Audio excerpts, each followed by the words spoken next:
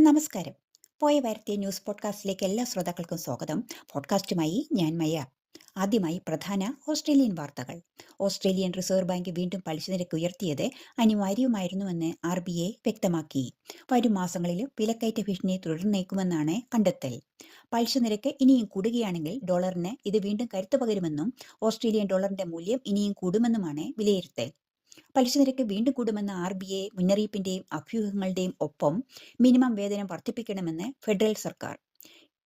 ഇതേ തുടർന്ന് fair work commission സാഹചര്യങ്ങൾ പരിഗണിച്ച് തീരുമാനമെടുക്കുമെന്ന് തൊഴിൽ മന്ത്രി അമാൻഡ റിഷ്വർത്ത് അറിയിക്കുന്നു. മിഡിൽ ഈസ്റ്റിലെ ഓസ്ട്രേലിയൻ സൈനിക താവളത്തിന് നേരെ ഇറാൻ ആക്രമണം നടത്തി. എന്നാൽ എല്ലാ ഓസ്ട്രേലിയൻ സൈനികരും സുരക്ഷിതരാണെന്നും ആക്രമണം വിവേചനരഹിതമായ പ്രവൃത്തിയാണെന്നും ഓസ്ട്രേലിയൻ പ്രധാനമന്ത്രി അറിയിച്ചു.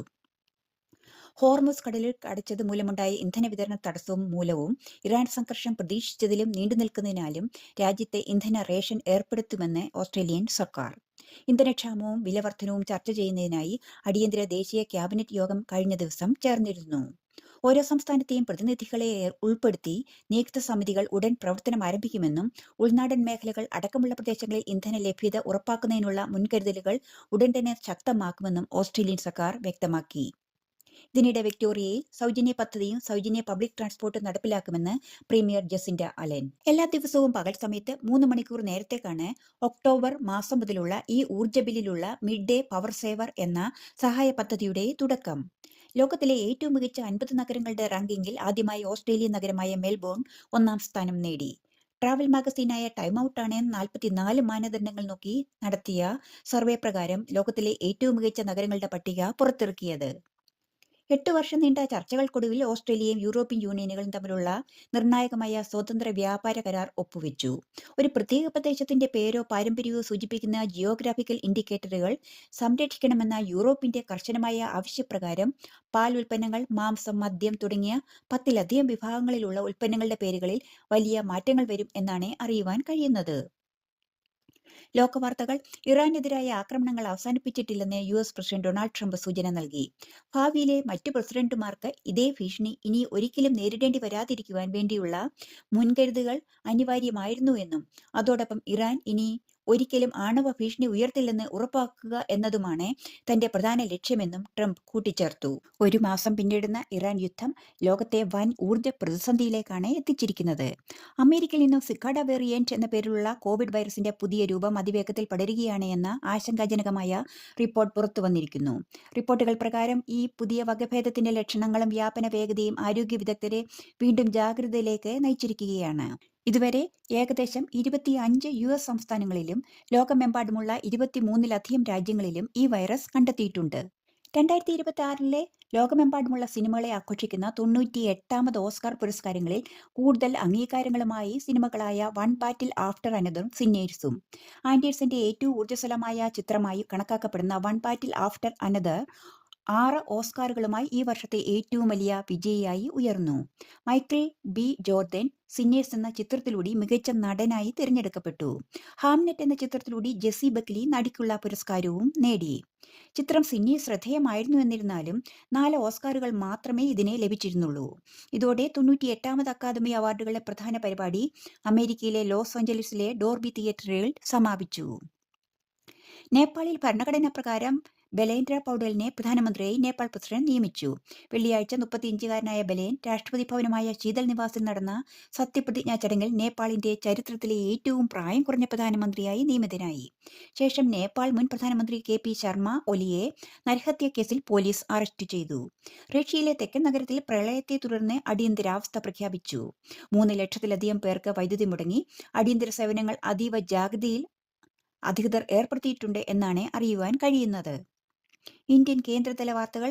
ഇറാൻ സംഘർഷത്തിന്റെ പശ്ചാത്തലത്തിൽ രാജ്യത്ത് മുൻകരുതൽ നടപടികൾ വിലയിരുത്തുവാൻ പ്രധാനമന്ത്രി നരേന്ദ്രമോദി സംസ്ഥാന മുഖ്യമന്ത്രിമാരുമായി നിർണായക കൂടിക്കാഴ്ചകൾ നടത്തി. വീഡിയോ കോൺഫറൻസിംഗിലൂടെ നടന്ന ഈ യോഗത്തിൽ സംസ്ഥാനങ്ങളിലെ സുരക്ഷാ സജ്ജീകരണങ്ങളും സാമ്പത്തിക ആഘാതങ്ങളും ചർച്ചയായി.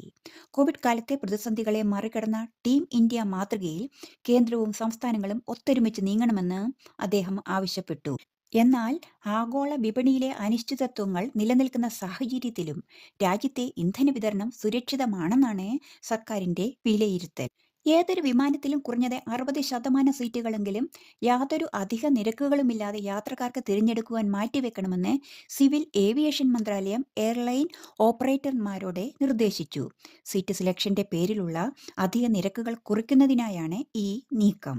ഇതോടെ ടിക്കറ്റ് നിരക്കിന് പുറമേയുള്ള അധിക ബാധ്യതകളിൽ നിന്ന് യാത്രക്കാർക്ക് ആശ്വാസം ലഭിക്കും. കേരള വാർത്തകൾ. പാൻ കാർഡിന് അപേക്ഷിക്കുമ്പോൾ ഇനി മുതൽ ആധാർ കാർഡ് മാത്രമല്ല മറ്റ് രേഖകളും നൽകേണ്ടതുണ്ട് എന്നുള്ള 6 പ്രധാന പാൻ നിയമങ്ങൾ കൂടി ഏപ്രിൽ 1 മുതൽ പ്രാബല്യത്തിൽ വരുന്നു. ബാങ്ക് നിക്ഷേപങ്ങൾ, KYC ചെക്കുകൾ, നികുതി ഫയലിംഗ് എന്നിവ ഉൾപ്പെടെ എല്ലാ സാമ്പത്തിക ഇടപാടുകൾക്കും പ്രാബല്യത്തിൽ വരുന്ന നിരവധി മാറ്റങ്ങൾക്കും ഈ രേഖകൾ ഇനിയും അത്യന്താപേക്ഷിതമാണ്. പാചകവാതക വിതരണത്തിലെ ക്ഷാമം കണക്കിലെടുത്ത് കേരളത്തിലെ ഹോട്ടലുകളും ഭക്ഷണശാലകളും കഴിഞ്ഞ ദിവസം അടച്ചിട്ടു. ഈ ക്ഷാമങ്ങളാൽ പ്രവർത്തിക്കാൻ കഴിയാത്തതിനാൽ നിരവധി ഹോട്ടലുകൾ അടച്ചു പൂട്ടുകയാണെന്നും ഹോട്ടലുകളെ അവശ്യ സേവനമായി പ്രഖ്യാപിക്കണമെന്നും അവയ്ക്ക് LPG നൽകണമെന്നും Kerala hotel and restaurant association സംസ്ഥാന എക്സിക്യൂട്ടീവ് കമ്മിറ്റി തങ്ങളുടെ പ്രസ്താവനയിൽ ആവശ്യപ്പെട്ടു. ഏപ്രിൽ 9 നടക്കുന്ന കേരള നിയമസഭാ തിരഞ്ഞെടുപ്പിൽ വിവിധ രാഷ്ട്രീയ പാർട്ടികളിൽ നിന്നുമായി 890 സ്ഥാനാർത്ഥികൾ 2.7 കോടിയിലധികം വോട്ടർമാരുടെ പിന്തുണ നേടുമെന്ന് കേന്ദ്ര തിരഞ്ഞെടുപ്പ് കമ്മീഷൻ വ്യക്തമാക്കി. സംസ്ഥാനത്തെ ആകെയുള്ള 140 നിയമസഭാ മണ്ഡലങ്ങളിലായി സ്ഥാനാർത്ഥിത്വത്തിനുള്ള പത്രികകൾ പിൻവലിക്കുവാനുള്ള നടപടികൾ പൂർത്തിയായതോടെയാണ് മത്സര രംഗത്തുള്ളവരുടെ കാര്യത്തിൽ അന്തിമമായ തീരുമാനമായത്. സംസ്ഥാനത്തെ നിയമസഭാ തെരഞ്ഞെടുപ്പുകളിൽ നിർണായക ശക്തിയായിരുന്ന വനിതാ വോട്ടർമാരുടെ പങ്കാളിത്തത്തിൽ ഇത്തവണ വൻ ഇടിവ് രേഖപ്പെടുത്തിയതായി കണക്കുകൾ വ്യക്തമാക്കുന്നു. ഇക്കുറിയും നിയമസഭാ തെരഞ്ഞെടുപ്പിൽ താരസ്ഥാനാർത്ഥികൾ കുറവല്ല. സുധീർ കരമനയും മേജർ രവിയും അഞ്ജലി നായരും കൂടാതെ കൈപ്പത്തി ചിഹ്നത്തിൽ കേരള നിയമസഭാ തെരഞ്ഞെടുപ്പിൽ മത്സരിക്കുവാൻ പാലക്കാട്ടെ UDF സ്ഥാനാർത്ഥിയായി നടൻ രമേശ് പിഷാരടിയും രംഗത്തുണ്ട്. കായിക വാർത്തകൾ. ദീർഘകാലത്തെ കാത്തിരിപ്പിനൊടുവിൽ അന്താരാഷ്ട്ര ഫുട്ബോൾ മത്സരത്തിന് കൊച്ചി വീണ്ടും വേദിയായി. 10 വർഷത്തെ ഇടവേളയ്ക്ക് ശേഷമാണ് കൊച്ചിയിലെ സ്റ്റേഡിയം ഇന്ത്യൻ സീനിയർ പുരുഷ ഫുട്ബോൾ ടീമിനെ വരവേൽക്കുന്നത്. കായിക ലോകം ഉറ്റുനോക്കുന്ന 2028 ലോക ഇൻഡോർ അത്ലറ്റിക്സ് ചാമ്പ്യൻഷിപ്പിന് ഇന്ത്യ വേദിയാകും. അത്ലറ്റിക്സ് ഫെഡറേഷൻ ഓഫ് ഇന്ത്യയാണ് ഈ സുപ്രധാന വിവരം ഔദ്യോഗികമായി പുറത്തുവിട്ടത്. 2026 ലോക ഇൻഡോർ ചാമ്പ്യൻഷിപ്പിന്റെ വേദിയായ പോളണ്ടിലെ ടൊറൂണിൽ നടന്ന നിർണായക യോഗത്തിലാണ് വേൾഡ് അത്ലറ്റിക്സ് കൗൺസിൽ ഇന്ത്യക്ക് വേദി അനുവദിക്കുവാൻ തീരുമാനിച്ചത്. ഒഡീഷയുടെ തലസ്ഥാനമായ ഭുവനേശ്വറിലായിരിക്കും മത്സരങ്ങൾ നടക്കുകയെന്നാണ് പ്രാഥമിക സൂചനകൾ.